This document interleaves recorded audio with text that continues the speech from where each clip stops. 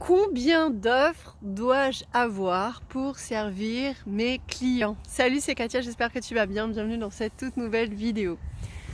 Ça, c'est une question qui m'a souvent traversé l'esprit et je croyais sincèrement que plus j'avais d'offres, plus j'étais accessible, plus c'était facile de travailler avec moi et surtout plus je montrais que j'étais compétente. Encore une fois, c'était quelque chose qui ne me rendait pas légitime, c'était pas un sentiment et une intention d'abondance mais de manque qui me coupait de mon essence et qui m'empêchait littéralement d'être vraiment là où j'avais vraiment envie d'être avec mes clients et ce que j'avais véritablement envie d'offrir et de transmettre. Et c'est pour ça que je vous fais cette vidéo aujourd'hui, parce que si vous pensez ça, eh bien je suis là pour vous dire qu'en fait c'est pas quelque chose qui va vous permettre de pouvoir vous épanouir. C'est bien si vous avez l'intention de faire des abonnements mensuels, des coachings de groupe, etc.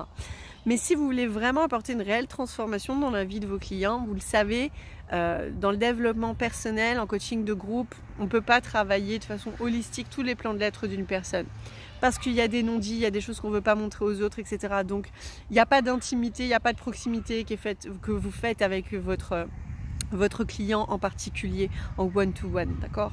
On ne peut pas remplacer le coaching one-to-one dans un coaching de groupe, d'accord? On peut informer, on peut partager des outils, on peut traverser les circonstances ensemble, mais quand il s'agit vraiment de résoudre le problème d'une personne, c'est en one-to-one.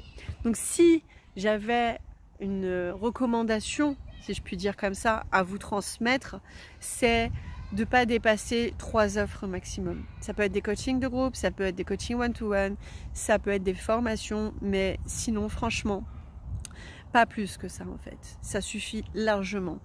Vous pouvez démarrer avec le coaching one-to-one, c'est ce que je vous recommande fortement parce que ça va vraiment vous permettre de rentrer dans les profondeurs et de savoir quel type de contenu vous pouvez créer. Ça va vraiment vous inspirer pour créer des ateliers tous les mois par exemple, mais sinon, franchement, créer des petites formations, des petits bouts de formation pour des petits bouts de formation, c'est juste se foutre de la gueule des gens en fait, pour moi. C'est attirer des gens à consommer notre coaching one-to-one, d'accord? Donc on va dire que vous pouvez aussi bien le faire gratuitement que de le faire payer. Certes, quand vous faites payer des masterclass, des petits ateliers comme ça de groupe, vous savez qu'au bout d'un moment vous allez solliciter l'intérêt d'une personne qui voudra vraiment travailler en profondeur, mais pendant ce temps-là, cette personne-là elle se sera engagée un certain nombre de temps à payer. C'est ce qui va lui permettre de développer le courage de passer à l'action et d'appliquer vos enseignements. Mais du coup en fait au bout du bout elle sera soumise en fait, si elle veut vraiment résoudre son problème, à travailler avec vous, ça va vraiment aller plus vite.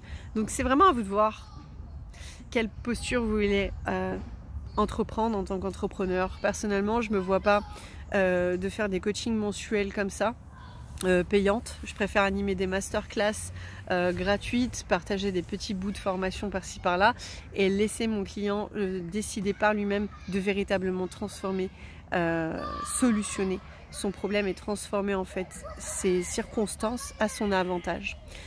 Donc voilà ce que j'avais envie de vous partager dans cette vidéo. Si vous avez envie d'aller plus loin avec moi, je vous ai tout mis en commentaire et n'hésitez pas à me dire comment vous ressentez cette vidéo, qu'est-ce qu'elle vous a inspiré. Ciao ciao!